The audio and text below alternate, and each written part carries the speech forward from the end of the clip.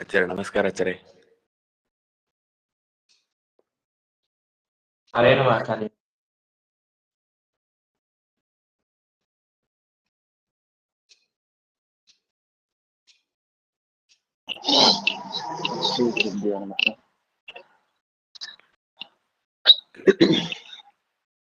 ಕೃಷ್ಣಂ ಧರ್ಮಂ ದಾಸಂ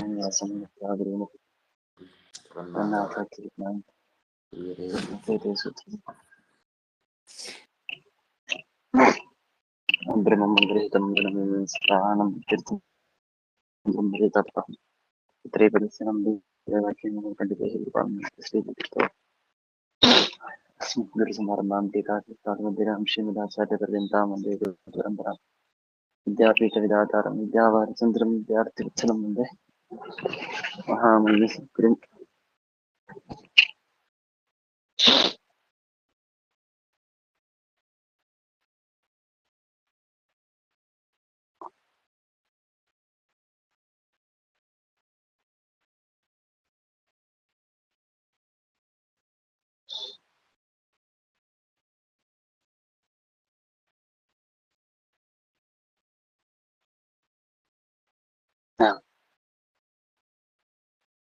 ಓಂ ಗುಹಂ ಪ್ರವಿಷ್ಟೌ ಆತ್ಮಾನೋ ಹಿ ತದ್ದರ್ಶನಾತ್. ಓಂ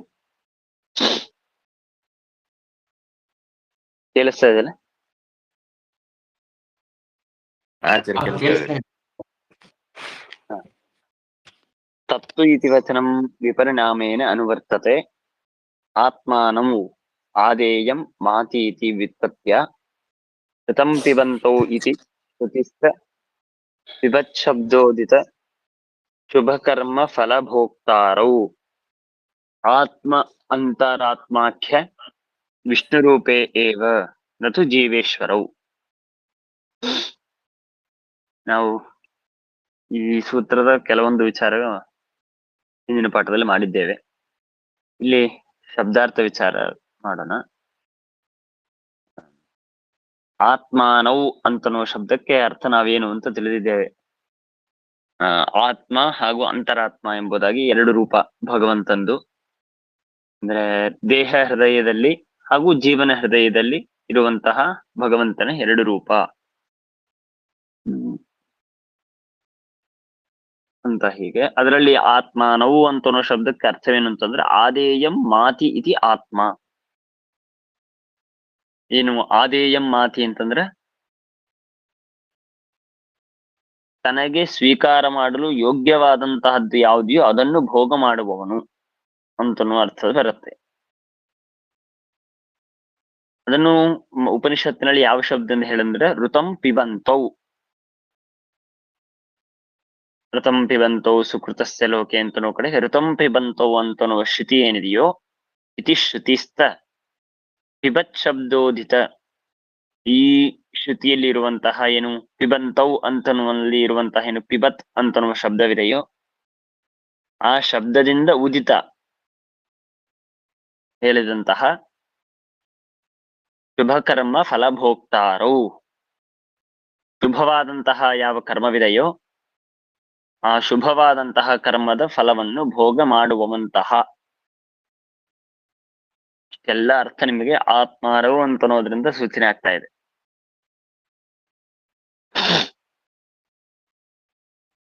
ಹೇಗೆ ಆತ್ಮಾನೋ ಅಂತನೋದಿಂದ ಬಂತು ಅಂತನೋದನ್ನು ಆದೇಯ ಮಾತಿ ಅಂತ ಅದರಿಂದ ತೋರಿಸ್ಕೊಟ್ರು. ಆದೇಯಂ ಮಾತೀತಿ ಆತ್ಮ. ಆದೇಯ ಅಂತಂದ್ರೆ ತಮಗೆ ಸ್ವೀಕಾರ ಮಾಡಲು ಯೋಗ್ಯವಾದದ್ದು ಯಾವುದು ಅದು ಆದೇಯ. ಅದನ್ನು ಮಾತಿ ಅಂದ್ರೆ ಅನುಭವಿಸೋದು, ಅದು ಆತ್ಮ. ಅಂದ್ಮೇಲೆ ಅವಾಗ ಆತ್ಮ ಶಬ್ದಕ್ಕೆ ಅರ್ಥ ಏನು ಅಂತಂದ್ರೆ ಭಗವಂತನೇ ಆತ್ಮ ಮತ್ತೆ ಅಂತರಾತ್ಮ ಅಂತನೋ ಹೆಸರನ್ನು ಪಡೆದಂತಹ ಭಗವಂತನ ಎರಡು ರೂಪಗಳು. ಅದು ಶುಭ ಕರ್ಮದ ಫಲದ ಭೋಗ ಮಾಡತ್ತೆ. ಈಗ ಭೋಗ ಮಾಡತ್ತೆ ಅಂತ ಹೇಳಿ ಶುಭ ಕರ್ಮದ ಭೋಗ ಅಂತ ಯಾಕೆ ಹೇಳಬೇಕು ಅಂತಂದ್ರೆ ಅದಕ್ಕೆ ವ್ಯಾಖ್ಯಾನದಲ್ಲಿ ಬ್ರಹ್ಮಸೂತ್ರ ಭಾಷ್ಯದ ಪುರಾಣವನ್ನು ಕೊಟ್ಟು ಸಮರ್ಥನೆ ಮಾಡ್ತಾರೆ. ಶುಭಂ ಪಿಬತ್ಯಸೌ ನಿತ್ಯಂ ನಾಶುಭಂ ಸ ಹರಿಪಿಪೇತ ಪೂರ್ಣಾನಂದಮಯಸ್ಯಾಸ್ಯ ಚೇಷ್ಟಾನ್ ಅಜ್ಞಾಯತೆ ಕ್ವಚಿತ ಅಂತ ಇತ್ಯಾದಿಯಾಗಿ ಪ್ರಮಾಣ ಕೊಡ್ತಾರೆ. ಅಂದರೆ ನಮ್ಮ ಹೃದಯದಲ್ಲಿ ಗುಹೆಯಲ್ಲಿ ಇರುವಂತಹ ಭಗವಂತ ಕರ್ಮದ ಫಲದ ಭೋಗ ಮಾಡ್ತಾನೆ ಅಂತ ಹೇಳೋದಾದ್ರೆ ಅಶುಭ ಕರ್ಮವನ್ನು ನಾವು ಮಾಡ್ತೇವೆ ಅಂತ ಇಟ್ಕೊಳ್ರಿ. ಶುಭ ಕರ್ಮವನ್ನು ಮಾಡದಂತೆ ಅಶುಭ ಕರ್ಮವನ್ನು ನಾವು ಮಾಡೇ ಮಾಡ್ತೇವೆ. ಅಂದ್ರೆ ಆ ಅಶುಭ ಕರ್ಮದ ಫಲದ ಭೋಗವನ್ನು ಭಗವಂತ ಮಾಡ್ಲಿ. ಕೇವಲ ಶುಭ ಕರ್ಮದ ಫಲವನ್ನು ಮಾತ್ರ ಯಾಕೆ ಭೋಗ ಮಾಡಬೇಕು? ಅಶುಭ ಕರ್ಮದ ಫಲದ ಭೋಗವನ್ನು ಮಾಡಲಿ. ಅದಕ್ಕೆ ಹೇಳಿದ್ರು ಶುಭಂ ಪಿಬತ್ಯಸೌ ನಿತ್ಯಂ. ಭಾಷ್ಯದ ಪ್ರಮಾಣ ವಾಕ್ಯ ಶುಭಂ ಪಿಬತ್ಯಸೌ ನಿತ್ಯಂ. ಕೇವಲ ಭಗವಂತ ಶುಭ ಕರ್ಮದ ಫಲವನ್ನು ಮಾತ್ರ ಭೋಗ ಮಾಡ್ತಾನೆ. ನಾಶುಭಂ ಸ ಹರಿಪ್ಯೇತ. ಅಶುಭ ಕರ್ಮದ ಫಲವನ್ನು, ದುಷ್ಟವಾದ ಕರ್ಮದ ಫಲವನ್ನು ಎಂದೂ ಭೋಗ ಮಾಡೋದಿಲ್ಲ. ಪೂರ್ಣಾನಂದ ಮಯಸ್ಯಾಸ್ಯ ಚೇಷ್ಟಾ ನಜ್ಞಾಯತೆ. ಗುಣಪೂರ್ಣನಾದ ಆನಂದ ರೂಪನಾದಂತಹ ಯಾವ ಭಗವಂತ ಇದ್ದಾನೆ, ಇಂತಹ ಭಗವಂತನ ಚೇಷ್ಟೆಗಳನ್ನು ತಿಳಿಯೋದಕ್ಕೆ ಸಾಧ್ಯವೇ ಇಲ್ಲ ಯಾರಿಗೂ. ಅಂತಹ ಭಗವಂತ ಕೇವಲ ಶುಭ ಕರ್ಮದ ಫಲವನ್ನು ಮಾತ್ರ ಭೋಗ ಮಾಡ್ತಾನೆ.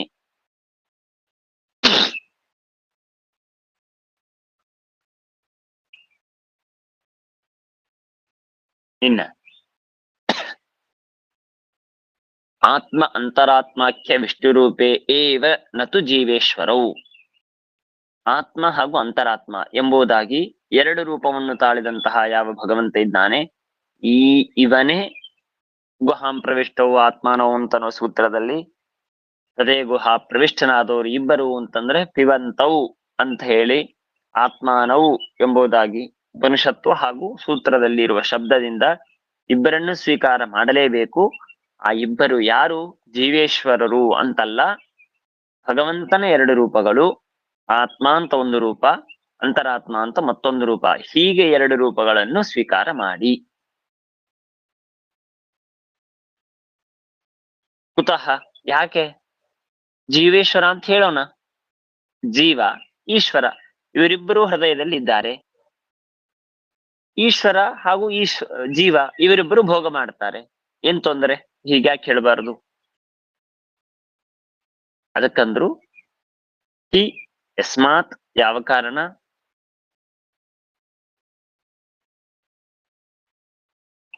ತೌ ಗುಹಾಂ ಪ್ರವಿಷ್ಟೌ. ಈಗ ಗುಹಾಂ ಪ್ರವಿಷ್ಟೌ ಅಂತ ಅನ್ನೋದನ್ನು ಅರ್ಥ ಹೇಳೋದಕ್ಕೆ ಪ್ರಾರಂಭ ಮಾಡ್ತಾರೆ. ಗುಹಾಂ ಪ್ರವಿಷ್ಟೌ ಹೃದಯ ಗುಹಾಂ ಪ್ರವಿಷ್ಟೌ ತಸ್ಮಾದ್ ಇತ್ಯರ್ಥ. ಇಲ್ಲಿ ರಾಯರು ತಮ್ಮ ಇದರಲ್ಲಿ ತಿಳಿಸುವಂತೆ ಗುಹಾಂ ಪ್ರವಿಷ್ಟೌ ಅಂತ ಅನ್ನೋದು ಅದು ಒಂದು ಹೇತುಗರ್ಭ ವಿಶೇಷಣ ಅಂತಂತಾರೆ. ಹೇತುಗರ್ಭ ವಿಶೇಷಣ ಅಂತಂದ್ರೆ ಗುಹಾಂ ಪ್ರವಿಷ್ಟೌ ಅಂತಂದಿದ್ದು ಗುಹಾಂ ಪ್ರವಿಷ್ಟತ್ವಾದೇವ, ಅಂದ್ರೆ ಗುಹೆಯಲ್ಲಿ ಪ್ರವಿಷ್ಟನಾಗಿದ್ದಾನೆ ಅಂತನೋ ಕಾರಣಕ್ಕಾಗಿ ಅಂತ ಹೇಳಿ ಕಾರಣ ಅಂತನೋ ಅರ್ಥದಲ್ಲಿ ತಿಳಿಸ್ಕೊಡ್ತಾರೆ. ಅಂದ್ರೆ ಗುಹಾ ಪ್ರವಿಷ್ಟತ್ವ ಇದು ಯಾರ ಲಿಂಗ?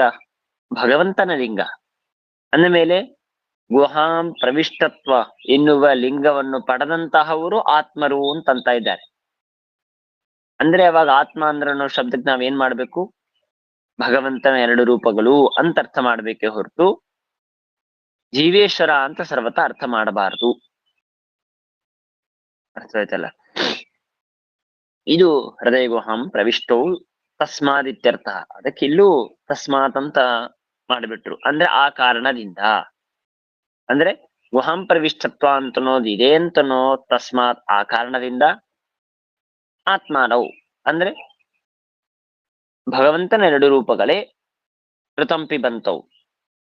ಆ ಪಿಬತ್ ಶಬ್ದದಿಂದ ಹೇಳಲ್ಪಟ್ಟಂತಹ ಶುಭ ಕರ್ಮದ ಫಲವನ್ನು ಭೋಗ ಮಾಡುವವನು ಭಗವಂತನ ಎರಡು ರೂಪ. ಇನ್ನ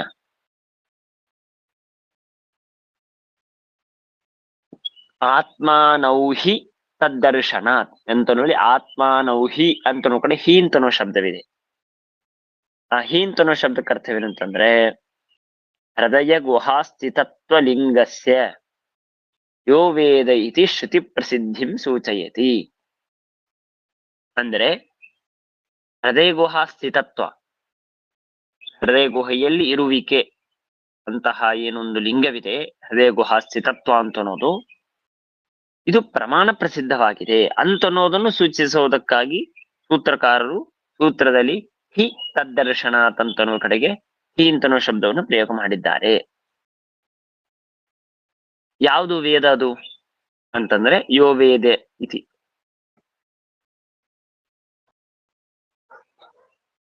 ಅಂದ್ರೆ ಅಲ್ಲೇ ಕೆಳಗಡೆ ಕೊಟ್ಟಿದ್ದಾರೆ, 3 ಅಂತ ಸಂಖ್ಯೆ ಹಾಕಿ ಯೋ ವೇದ ನಿಹಿತಂ ಗುಹಾಯಾಮ್ ಅಂತ ಹೇಳಿ. ಯೋ ವೇದ ನಿಹಿತಂ ಗುಹಾಯಾಮ್ ಪರಮೇವ್ಯೋ ಮನ್ನ ಎಂಬುದಾಗಿ ತೈತ್ರೇಯದಲ್ಲಿ ಬರುವಂತಹ ವಾಕ್ಯ.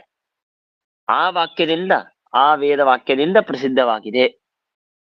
ಹಾಗಾಗಿ ಸುಮ್ನೆ ಇಲ್ಲೇನು ಗುಹಾಂ ಪ್ರವಿಷ್ಟವು ಅಂತ ಹೇಳಿ ಹೃದಯ ಗುಹಾ ಸ್ಥಿತತ್ವ ಇದು ಭಗವಂತನ ಲಿಂಗ ಅಂತ ಹೇಳೋದಕ್ಕೆ ಪ್ರಮಾಣವಿಲ್ಲ ಅಂತ ಸರ್ವತಾ ತಿಳಿಯಬೇಡಿ.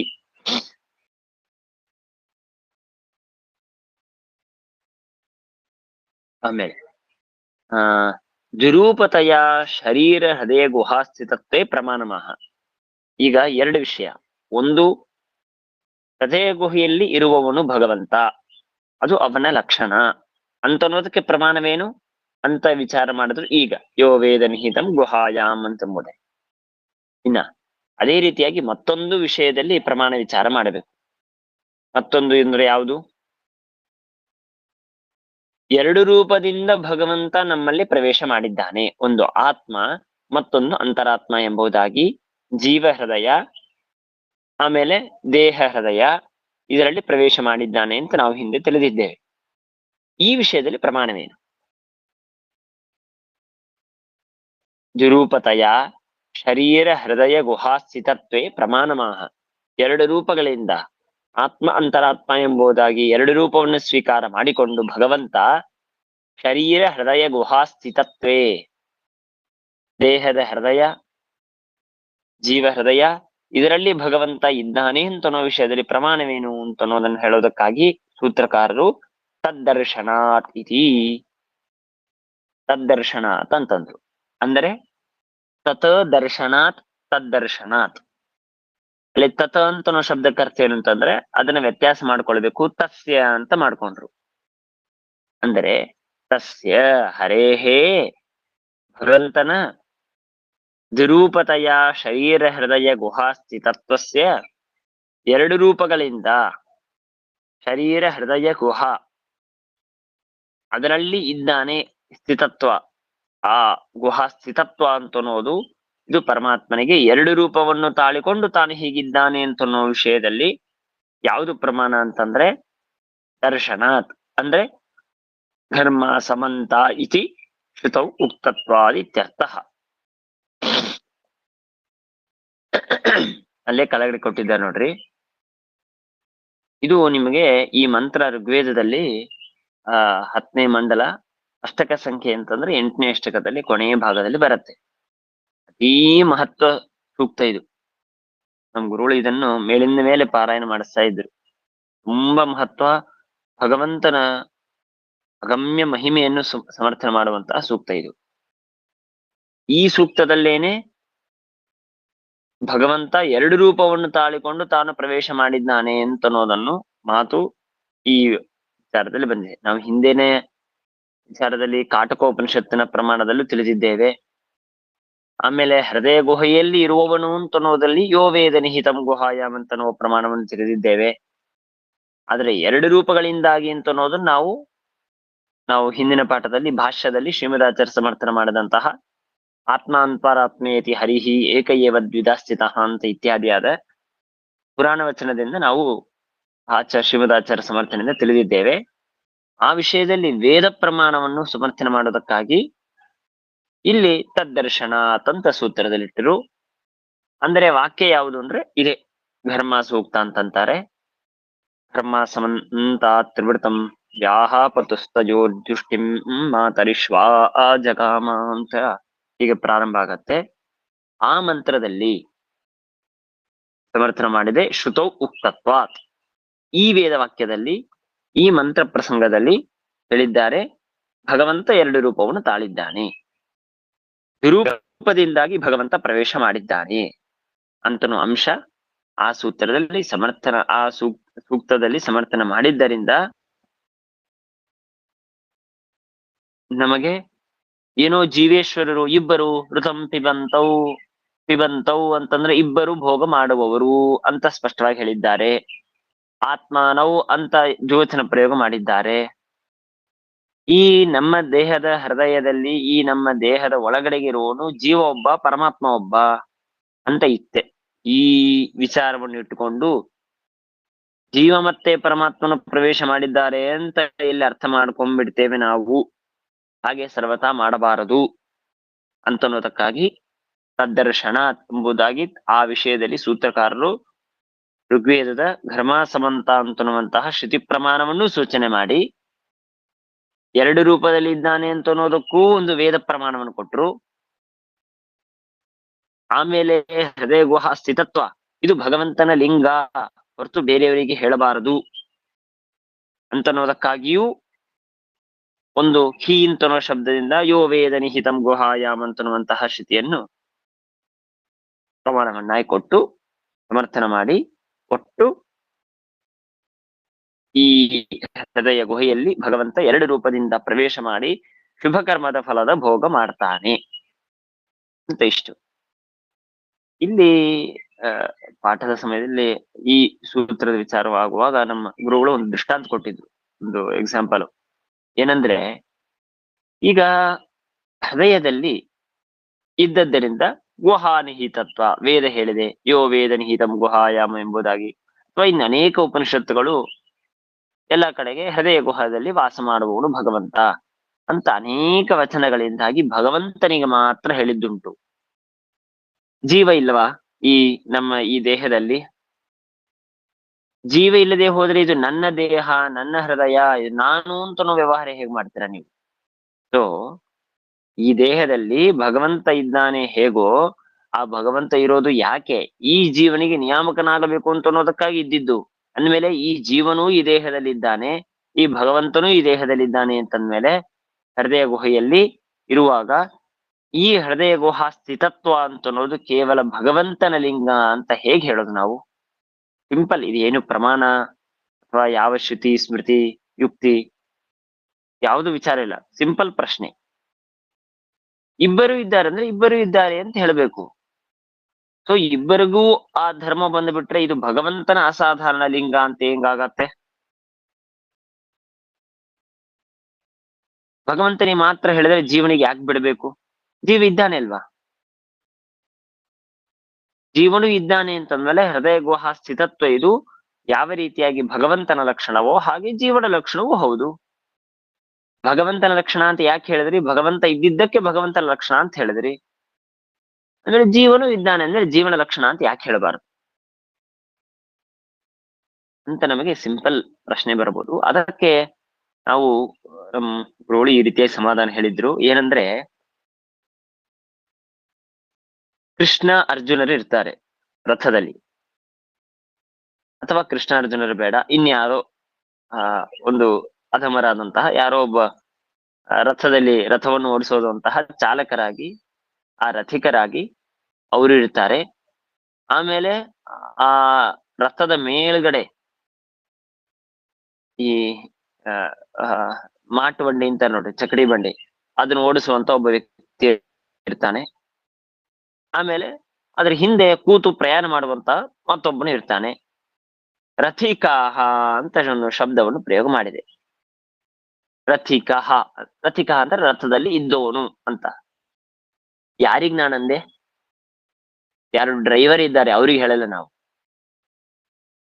ದೊಡ್ಡ ರಾಜ ಅವನಿಗೆ ಹಿಂದೆ ಪ್ರಯಾಣ ಮಾಡ್ತಾ ಅವನ ಹಿಂದೆ ಕೂತು ಬರ್ತಾ ಇದ್ದಾನೆ, ಅವನಿಗೆ ನಾನು ರಥಿಕಹ ಅಂತಂದೆ. ನಾನು ರಥದಲ್ಲಿ ಕೂತು ಪ್ರಯಾಣ ಮಾಡ್ತಾ ಇರುವವನು, ವಾಹನದಲ್ಲಿ ಕೂತು ಪ್ರಯಾಣ ಮಾಡ್ತಾ ಇರುವವನು ಅಂತನ್ನುವುದಾಗ ವ್ಯವಹಾರ ಯಾರಿಗೆ ಮಾಡಿದೆ? ನಾನು ರಾಜನಿಗೆ ಮಾಡಿದೆ ಹೊರತು ಆ ಡ್ರೈವರ್ ಕೆಲಸ ಮಾಡುವಂತಹ ಅವನಿಗಿಂತಲೂ ಅಧಮರಾದಂತಹ ಯಾವ ವ್ಯಕ್ತಿ ಇದ್ದಾನೋ ಅವನಿಗೆ ನಾನು ರಥಿಕನು ಬಂದಿದ್ದಾನೆ ಅಂತ ನಾನು ಹೇಳೋದಿಲ್ಲ.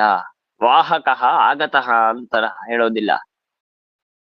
ಹಾಗಾದ್ರೆ ವಾಹನದಲ್ಲಿ ಕೂತೋರು ಯಾರು ಪ್ರಧಾನರೋ ಅವರನ್ನು ಮಾತ್ರ ನಾನು ವ್ಯವಹಾರ ಮಾಡ್ತಾನೆ, ಅಪ್ರಧಾನರನ್ನು ವ್ಯವಹಾರ ಮಾಡೋದಿಲ್ಲ.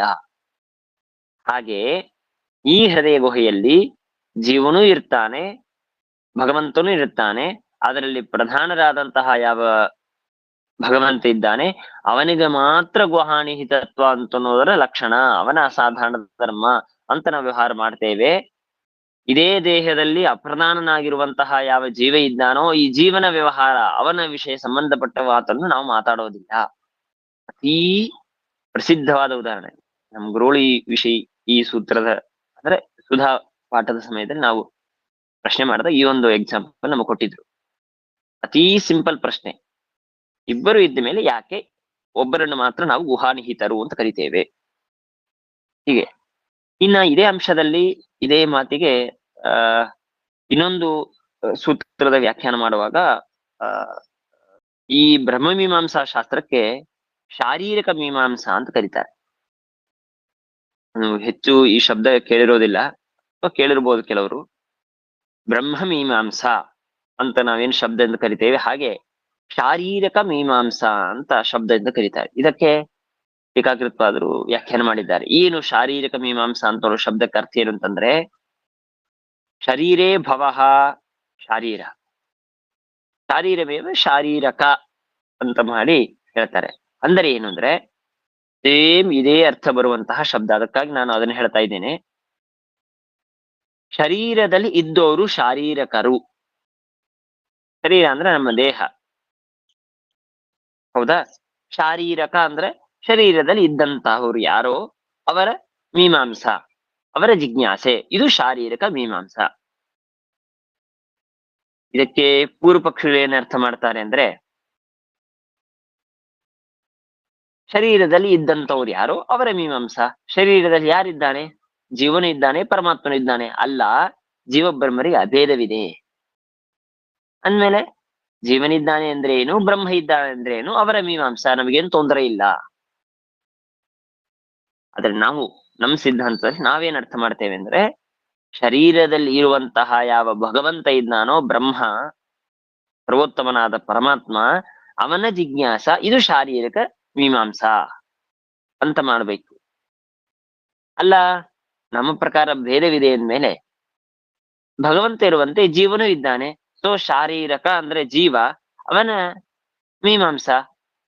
ಸೊ ಶಾರೀರಿಕ ಮೀಮಾಂಸಾ ಅಂದ್ರೆ ಜೀವನ ಮೀಮಾಂಸಾ, ಜೀವನ ಜಿಜ್ಞಾಸೆಯನ್ನು ಮಾಡ್ತಾ ಇದ್ದಾರೆ ಈ ಶಾಸ್ತ್ರದಲ್ಲಿ ಅಂತಾಗಲಿ. ಸರ್ವತಃ ಆಗೋದಿಲ್ಲ. ಯಾಕೆ ಅಂದ್ರೆ ಅದಕ್ಕಾಗಿನೇ ಪ್ರಮಾಣ ಕೊಡ್ತಾರೆ ನಾವು ಶ್ರೀಮದಾಚಾರ್ಯರು ಭಾಷ್ಯದಲ್ಲಿ. ಶಾರೀರೌತೌ ಉಭೋಜ್ಞೇಯೌ ಜೀವಶ್ಚೇಶ್ವರ ಸಂಗೀತೌ ಅಂತ ಹೇಳಿ ಪ್ರಮಾಣದಿಂದಾಗಿ ಏನ್ ಮಾಡ್ತಾನೆ ಅಂದ್ರೆ, ಶಾರೀರೌತೌ ಉಭೋಜ್ಞೇಯೌ ಜೀವಶ್ಚೇಶ್ವರ ಸಂಹಿತೌ, ಇಬ್ಬರೂ ಶಾರೀರರೇ, ಶರೀರದಲ್ಲಿ ಇದ್ದವರು ಶಾರೀರಕರು, ಜೀವ ಮತ್ತೆ ಈಶ್ವರ.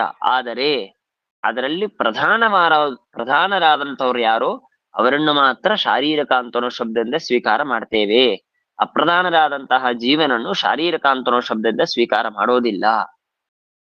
ಹಾಗಾಗಿ ಶಾರೀರಕ ಮೀಮಾಂಸಾ ಅಂತನೋ ಶಬ್ದಕ್ಕೆ ಬ್ರಹ್ಮ ಮೀಮಾಂಸಾ ಅಂತ ಅರ್ಥವೇ ಹೊರತು ಜೀವನ ಮೀಮಾಂಸಾ ಅಥವಾ ಜೀವ ಬ್ರಹ್ಮರ ಅಭೇದದ ಮೀಮಾಂಸಾ ಅಂತ ಸರ್ವತ ಅರ್ಥ ಅಲ್ಲ ಅಂತ ಹೀಗೆ ಶಾರೀರಿಕ ಮೀಮಾಂಸಾ ಅಂತನೋ ಶಬ್ದದ ವ್ಯಾಖ್ಯಾನ ಮಾಡುವ ಪ್ರಸಂಗದಲ್ಲಿ ಹೇಳಿದ್ದಾರೆ.